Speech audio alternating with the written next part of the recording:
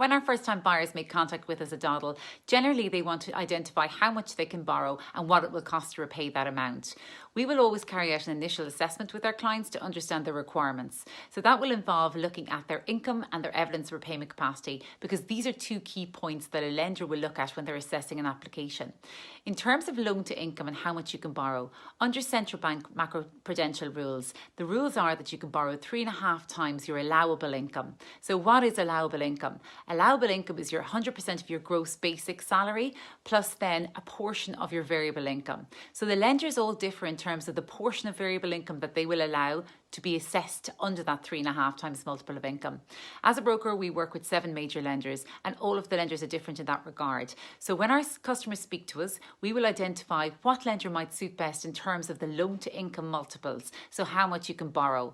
The second key part of an application is loan to value. So that's essentially how much you can borrow relative to the value of the property. For first-time buyers, you can borrow up to 90% finance, meaning that you have to have a 10% deposit. Important to note in relation to new builds that there's a help to buy scheme available for first-time buyers that can go towards your purchase, so go towards your deposit portion of that 10%. All information that's available on revenue. So loan to income is your 3.5 times multiple of income. There can be exceptions to that are made by the individual lenders. So they can look to go over the 3.5 times multiple of income on a certain portion of their book of business. If you're eligible for an exception, this can bring you over the 3.5 times limit up to 4, 4.5, or in even some cases 4.75 times your allowable income. The level that you can borrow is also deemed to be assessed under affordability. So if you want to borrow at a certain level, you have to show that it's affordable for you to repay at that level. So how the lenders look at affordability is they look and say, in the last 6 months, what have you shown that you can repay? So have you paid rent? Have you been paying loans that are now discontinued? Or are you saving?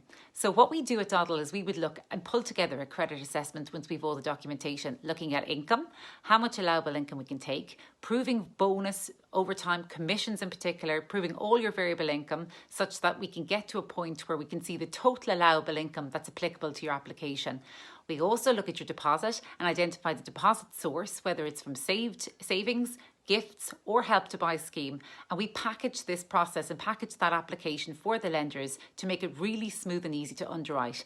But the key piece, as well as income being key for criteria, is affordability.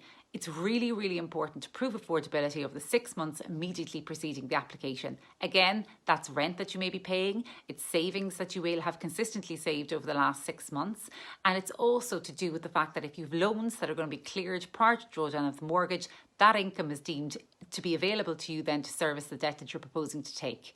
So when we package the application for the relevant lender or lenders that you wish to run with, we will go through full credit assessment, detailing on a cover letter exactly what your income is, backing that up by way of prior P60s or statements of earnings as they're called now, or prior pay slips. We'll also do a full reconciliation on your last 6 months as to what affordability you can demonstrate. This makes for a really simple underwriting process for the lenders.